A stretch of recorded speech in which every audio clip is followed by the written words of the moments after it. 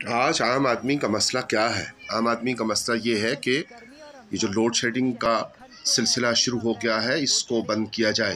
عام آدمی کا مسئلہ یہ ہے کہ جو مہنگائی نے تنگ کر رکھا ہے اور یوٹیلٹی بلز کی مد میں لوٹ کھسوٹ کا سلسلہ جاری ہے، اس کو اور بیجا ٹیکسز کو ختم کر کے رسائی عام آدمی تک چیزوں کی ہو۔ جو اوپن مارکیٹ ہے، بجائے رمضان سستے بازاروں کی حد تک رہنے کے، اوپن مارکیٹ میں اشیاء ضروریہ اور بنیادی استعمال کی اشیاء ان کی قیمتوں کو اعتدال پر اور کم سے کم درجہ پر لایا جائے، اور اس پہ جو اشیاء کا معیار ہے اس کو بہترین رکھا جائے۔ کرایہ نامہ جاری کیے جائے اور مختلف روٹس کی تکمیل، اوور لوڈنگ سے اجتناب اور جو اخلاقیات ہیں ان کو نافذ کیا جائے۔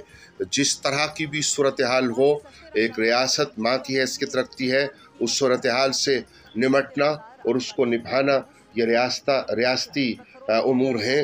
اس سے عام آدمی کو تعلق نہیں ہے کہ آپ کے لیے اوپن مارکیٹ میں کیا صورتحال ہے، عالمی مارکیٹ میں کیا صورتحال ہے اور آپ کس تکلیف سے گزر رہے ہیں۔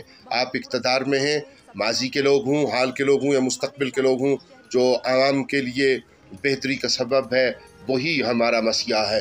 لہٰذا مسیحا بننے کے لیے عام آدمی کی تکالیف کو دور کیجیے، ہیلتھ کی فیسلٹیز کو صحت عامہ کے لیے